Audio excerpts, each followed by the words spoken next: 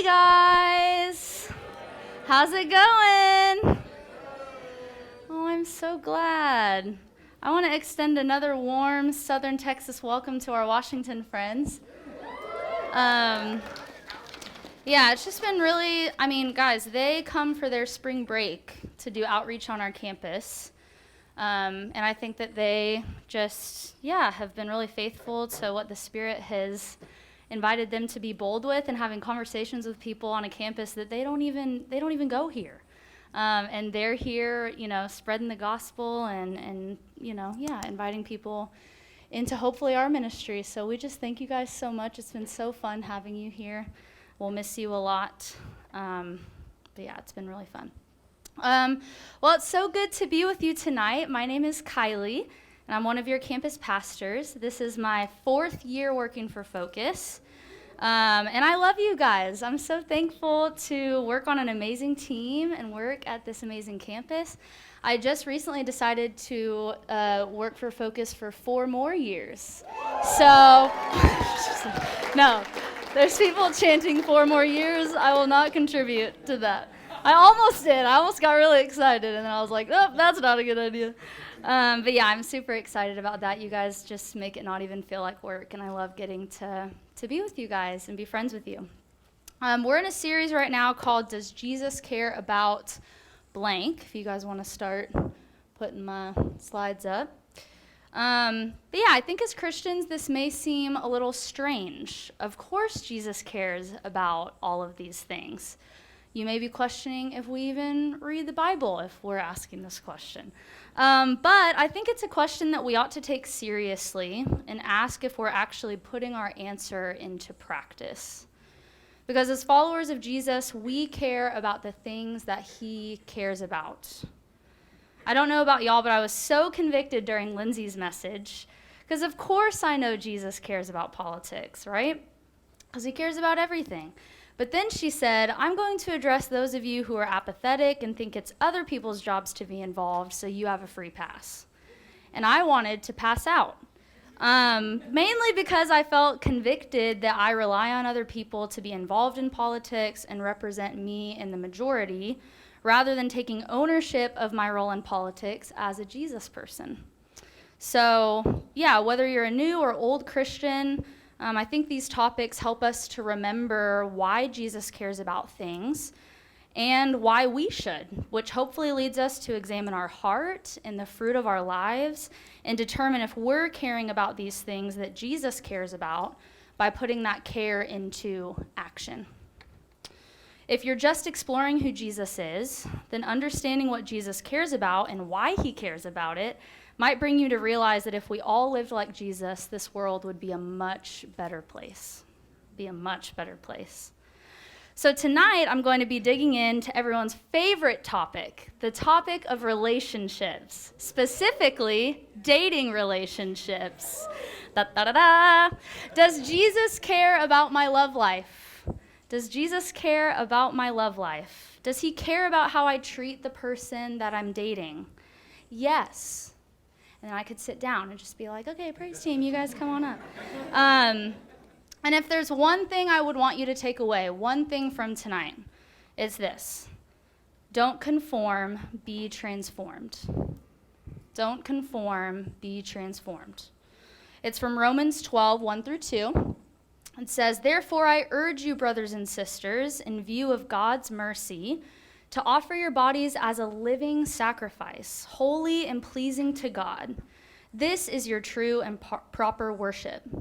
Do not conform to the pattern of this world, but be transformed by the renewing of your mind. Then you will be able to test and approve what God's will is, his good, pleasing, and perfect will. The patterns of the world when it comes to romance and dating and marriage do not reflect how Jesus cares for people. We must be transformed to view romance and dating and marriage following Jesus' example of loving people. And how we do that is by denying ourselves and following him. We do that by denying ourselves and following him. So, conforming to the pattern of the world and what society says looks like believing that you cannot have a meaningful life without romantic love. that the only way to be truly fulfilled is by having a romantic relationship. But being transformed shows us that we are not called to be married. We're not called to date. We are called to follow Jesus.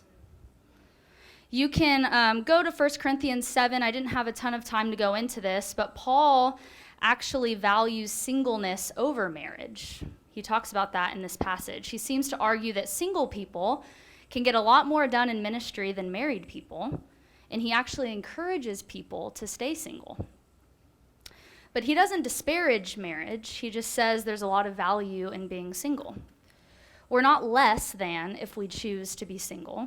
We are called to honor God whether we're single or in a relationship. But I think even in the general Christian community, it can come across that marriage is this elevated state of life superior to singleness.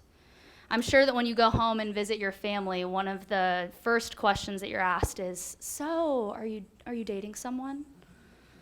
Is there anyone new I should know about?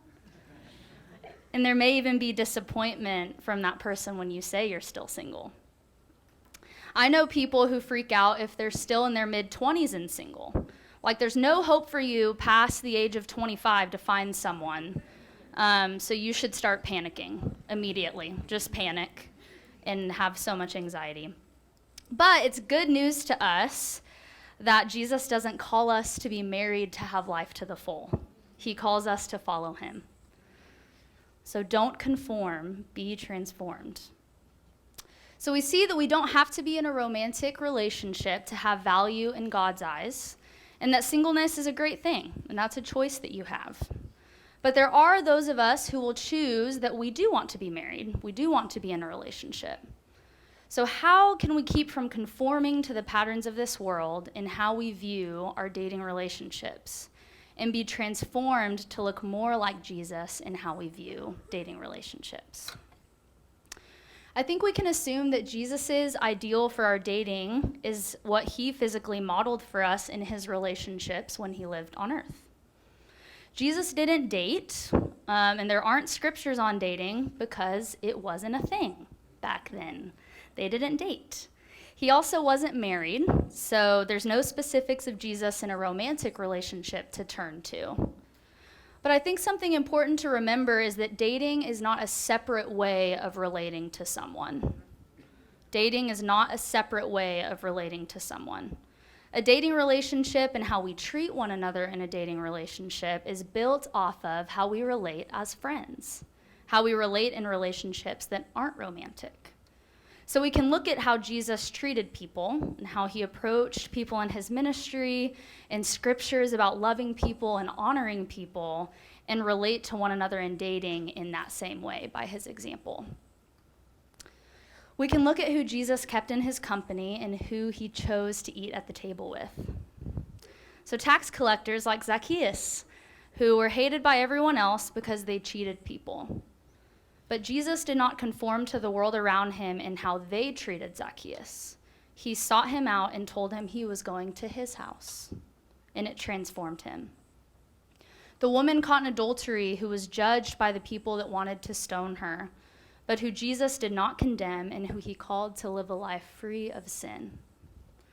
Or the man with leprosy who Jesus physically touched after this man was cast out and ignored because people feared getting sick. Think about not having human contact for years. I mean, I guess we got somewhat of a taste of it with the pandemic, so you may not have to imagine too far, but really, like being in total isolation for years, separate from everyone who you care about. And Jesus, who was perfectly able to heal without physically touching the man, intentionally makes contact with him and says, I am willing, be clean. Or the Samaritan woman, and how Jesus crossed all kinds of barriers to speak with her and reveal himself as God to her. These people were rejected by society. They did not have worth or value in the eyes of those around them for a lot of different reasons. But Jesus did not conform to the world around him in how he treated people. He loved them and radically transformed their lives in a very personal way, and in that transformed how people went about loving people. The common thread in these stories is that Jesus didn't act in self-interest. He did not surround himself with people who enhanced his social status or who treated people with the same level of selflessness that he did. He denied himself, and he put others above him. If we think that a transformed world full of people who love like Jesus sounds beautiful, why do we keep conforming to the world and giving into selfishness in our relationships? If we think it sounds so good, then why does it look the same? Why don't we love people in this unconditional way? Our society craves a transformed world that loves everyone and values people on an equal playing field. We want world peace, and we want a world where people don't judge people. So why is our world the way it is and not a world full of people who model Jesus' love? Because we are broken, and we are sinful, and we are selfish. Our relationships are broken, sinful, and selfish too. A lot of you have done outreach on our campus this week, and that's been the theme, God as healer in our relationships. Even when we try our best to love people and serve them and honor them, without Jesus and his example, we will always fall short because of our sin. We need Jesus to be part of transforming our relationships because without him, they're broken and messed up like the world that we live in.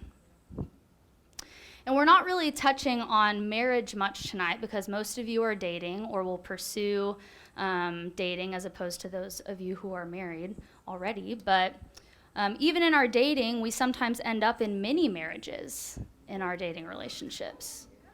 We pretend like we're married. We get too intimate too fast because we're infatuated. And then we're surprised when we feel the heartache of a mini divorce. Breakups can be loving. Hey, I don't think we're compatible, and I want us both to find someone that we're compatible with and that we can lead the life and marriage that we each are looking for. It's loving to look out for the needs of someone else and see that in your incompatibility, you wouldn't be good life partners to one another. It's also loving, if you're being broken up with, to continue to honor that person in how you talk about them with your friends, even when you're hurt or you don't agree with that decision. So, as you see, there's a lot of potential for hurt and brokenness in our relationships. But because of Jesus' love and pursuit of a personal relationship with us, we have hope. We have an example of what a world transformed by Jesus can look like if we partner with him and model our care for people and romantic relationships after how he loves people. Don't conform, be transformed. I think one of the biggest patterns of the world that we see is selfishness. It's all about me and what I want. In order to be transformed, we must deny ourselves and follow Jesus. This comes from Matthew 16:24 through 27 or 28. I don't remember where I stopped. But then Jesus said to his disciples, "Whoever wants to be my disciples must deny themselves and take up their cross and follow me. For whoever wants to save their life will lose it, but whoever loses their life for me will find it. What good will it be for someone to gain the whole world yet forfeit their soul? Or what can anyone give in exchange for their soul? For the Son of Man is going to come in his Father's glory with his angels, and then he will reward each person according to what they have done." In order to look like Jesus in how we date, we have to deny ourselves and our selfishness in how we date. So I want to give some practicals of what this looks like in terms of how the patterns of the world are broken in our view of dating, and how it might look to instead be transformed by Jesus' way of doing things. How he gives us hope in our relationships and encourages us to really love and care for people. So firstly, don't conform to the pattern of the world, which says only the most attractive people have value, and get asked out on dates. If I look around the room and no one appeals to me physically, there's no reason I should ask them out on a date or get to know them. In romantic movies and TV shows, they're all hot. Like, aren't they? They choose just the most bizarre. Okay, actually, go to my next slide really quick. Okay, I saw this and I thought this was so funny, okay? This is Charlie from Cheaper by the Dozen. He's the second oldest. He is supposed to be 17 and he's 25. And I saw this meme that said they really expected us to believe this was a junior in high school. Okay, you can go back. I just thought that was funny. But yeah, no one's even average looking. It kind of gives off this message like, who cares if he or she has a crappy personality if they look like that? Or fill in the blank of your hot celebrity. It also makes us think that we have to be hot as the people, or as hot as the people in the movies to get someone to date us or to find someone equally as hot. Or that the person we end up with has to look like a celebrity, for people to approve of our relationship. So you can skip Charlie. But being transformed looks like 1 Samuel 16:7. But the Lord said to Samuel, do not look at his appearance or at the height of his stature, because I have rejected him. For the Lord sees not as man sees. For man looks at the outward appearance, but the Lord looks at the heart. The good news for us is that Jesus does not ascribe value to people based on youth and appearance. Jesus didn't just die on the cross for pretty people. He died for everyone, and he looks at our hearts when he determines our value. What would our community look like if we modeled who we ask out on dates or who we seek to get to know based on people's character? Not if they're taller than us, or if they have dark hair, or if they're skinny. I think it would open the door to get to know a lot more people in our community, and we wouldn't be judging people based off of appearance to get to know them. I understand that physical attraction is part of a relationship, but I don't think it should be the most important characteristic that we look for in someone. Do you care more about your significant other having a heart for God, or that you really like looking at them? I also think that our physical attraction for someone can grow the more we get to know them and really enjoy their personality or how compatible we are. Everyone has value, but what should make us attracted to someone is that they live their life for God, and not that they live a life based on what pop culture values. Don't conform, be transformed. And how do you figure out if someone lives their life for God? You ask them to get coffee, and you get to know them. Don't let dates be this huge deal that we overanalyze and we're all like worried about, and oh my gosh, but I don't this thing. If you want to get to know them, just ask to get to know them and go do it, and then someone else in the community. If it doesn't turn into anything, that's great. There doesn't have to be this pressure. Also, if you're looking at physical boundaries as rules that are meant to control you and not as something that helps you honor someone else and protects you since you're not in a covenant relationship, then you've got it backwards.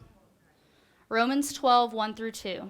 Therefore, I urge you, brothers and sisters, in view of God's mercy, to offer your bodies as a living sacrifice, holy and pleasing to God.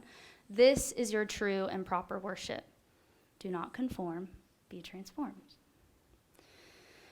We offer our bodies as a living sacrifice to God and deny ourselves, our temptations, and our desires to follow him. This person belongs to God, and we want to honor them as such. Basing whether you date someone off of physical or sexual chemistry is conforming to the pattern of the world, and we see how the world is doing statistically in terms of successful relationships. It's going swimmingly. Okay, conforming to the pattern of the world looks like saying that your relationship is your business and that you have the best judgment on who and how to date. Who you date and how you date is solely up to you and the other person in the relationship, because you know yourself best, right? And you know this other person best. You just got to follow your heart. That's my best advice. Follow your heart. It is so trustworthy. Guys, that advice is from the world, and it leads to selfishness. Being transformed follows advice that we're given in Jeremiah 17:9. The heart is deceitful above all things and beyond cure. Who can understand it? We are not called to follow our heart, but to follow Jesus. We are not called to follow our heart. We are called to follow Jesus.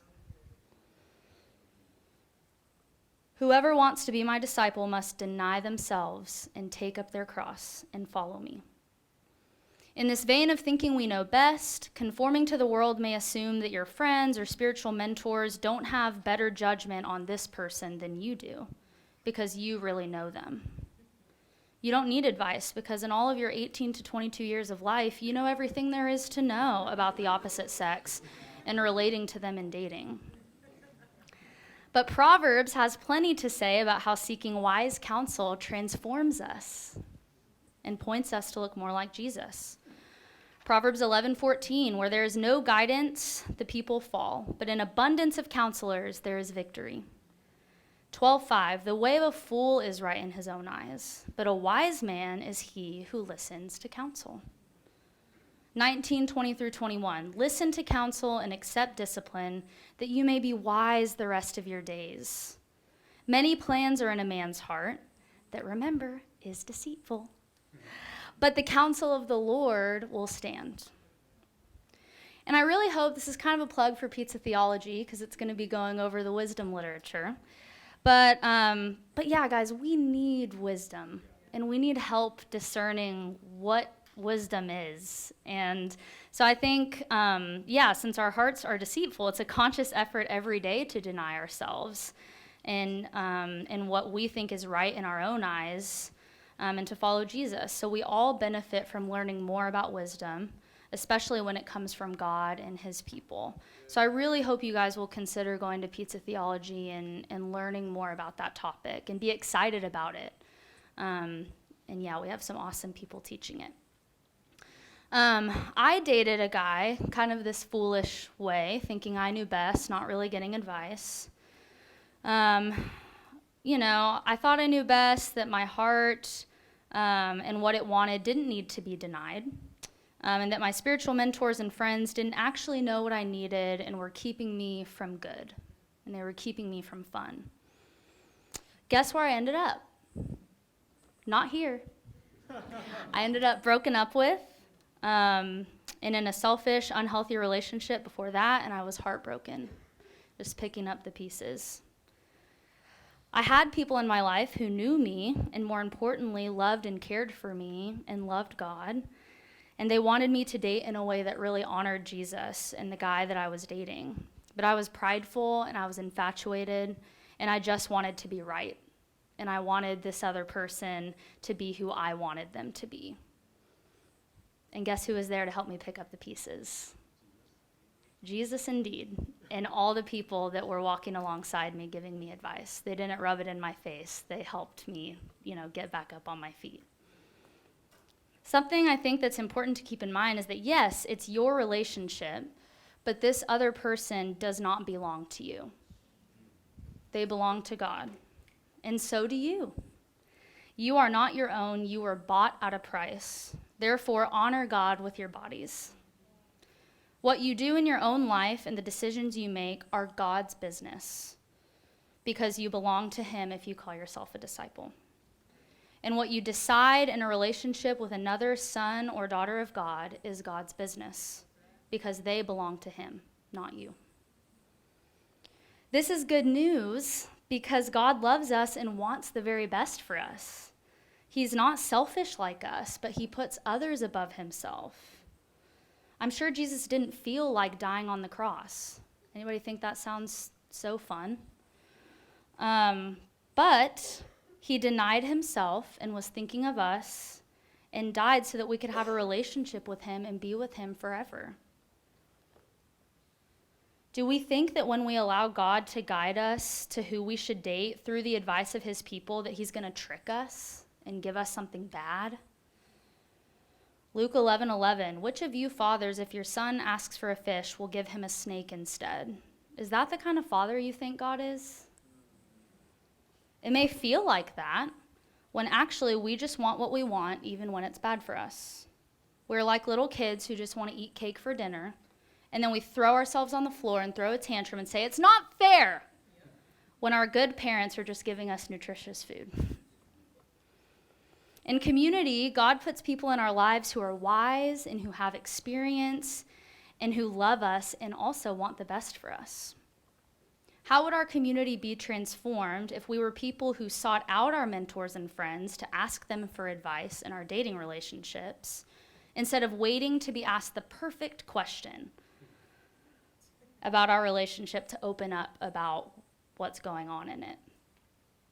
If we went and asked the mentor or friends of the person we're dating if they have any advice or wisdom on how we can put the needs of this other person above our own.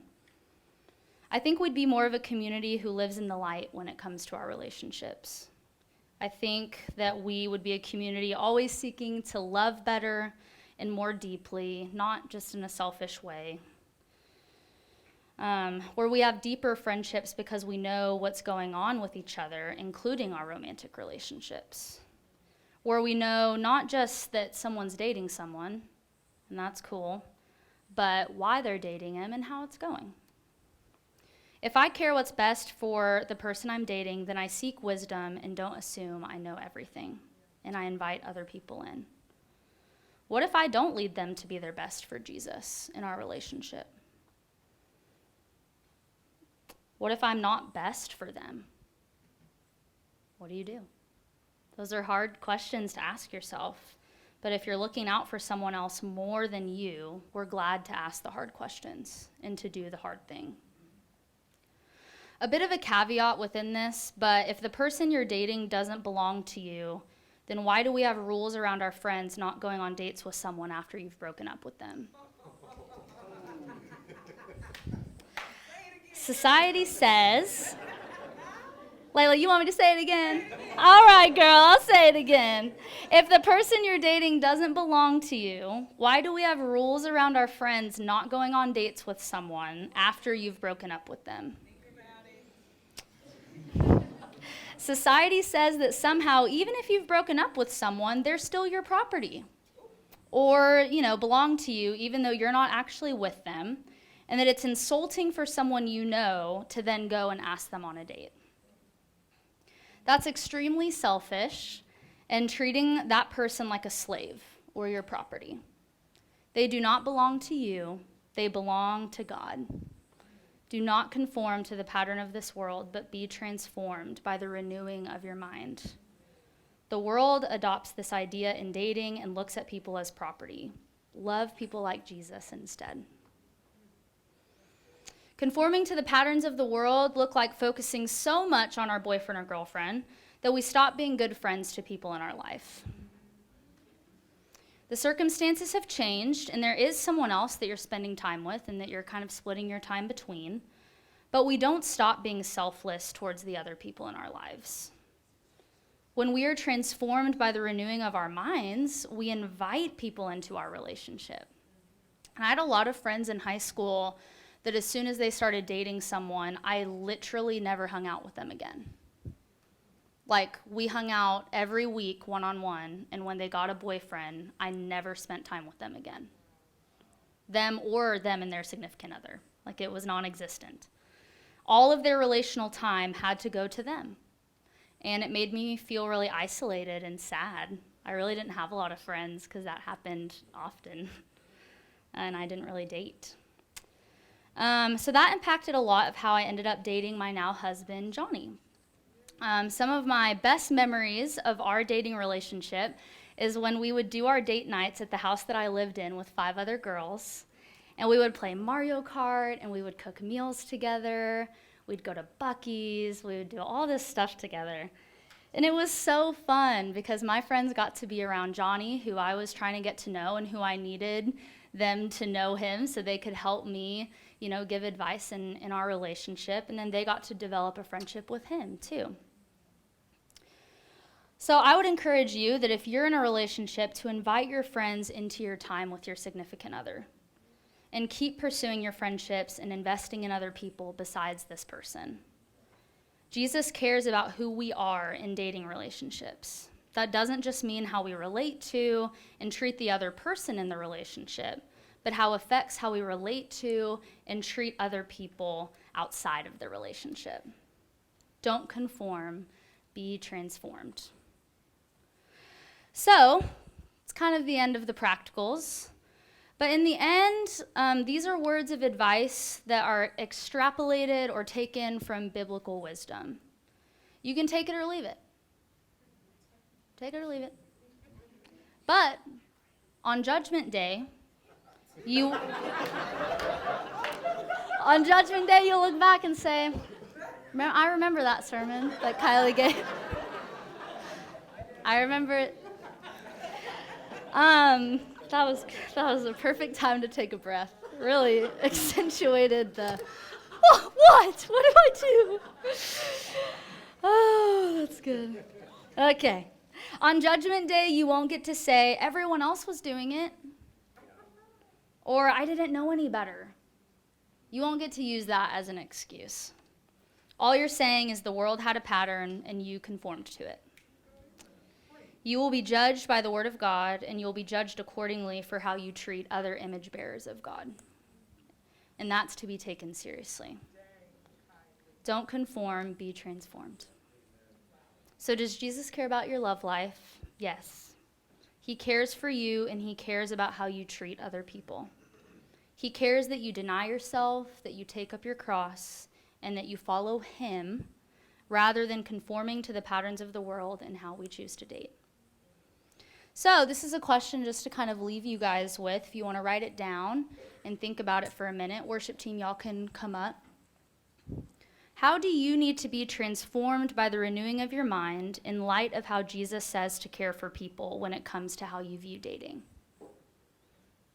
How do you need to be transformed by the renewing of your mind in light of how Jesus says to care for people when it comes to how you view dating? So I'm going to say a prayer for us, and then we're going to continue in our worship. God, thank you so much for caring so much about us and for being the best example of how to really love people and how to treat them with respect and how to honor them. I pray that we would not conform to the world, but we would be transformed by how you lived your life and how you treated people. And that our community would reflect that in how we date and how we choose people to get to know in our community. So we love you, and in your name we pray, amen. Okay, thank you. Thank you so much. So let me stand for our last